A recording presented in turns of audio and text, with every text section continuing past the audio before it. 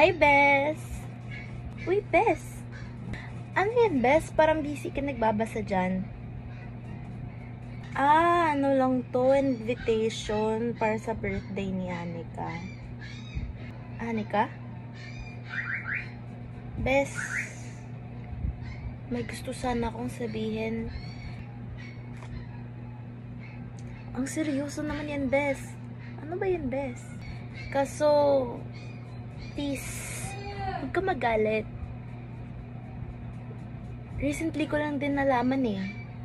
Gusto ko, Bes, ikaw na mismo yung makakita. Halika, samahan mo ko. Ha? Saan tayo pupunta? Halika na. Saan ba, Bes? Bes.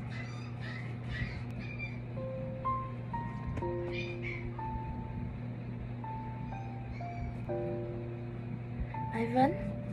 Val?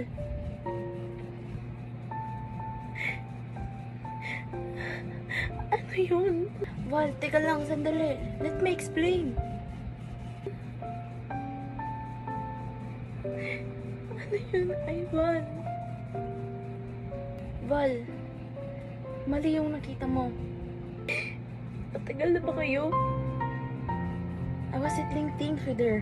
Tinatapos ko na yung sa amin. What are you talking about? Na tinatapos mo na lahat. You still cheated. Ano mo ko nagawang lukuhin? Val, nadala lang ako. Nadala ako sa emosyon. Dahil lately, masyado ka nang busy. Masyado ka nang busy sa pag-aaral. Di mo na ako nabibigyan ng oras. Val, I'm sorry. Well, it was just one mistake. Kaya isa, dalawa, tatlo, sumusoko pa rin sa iba. Ayoko na to, Ivan. Tama na. Please, give me another chance. No, you stay away from me. Bes, paano nila nagawa sa akin yun? Paano nila nagawa sa akin yun? Kaya ani ka pa talaga? Na tinuring ko din kapatid. Akala ko totoo siya. Alam mo, Bes, isipin mo na lang na hindi mo siya deserve. Na may mas better ka sa kanya. Okay lang yan, Bes. Naku, ikaw pa.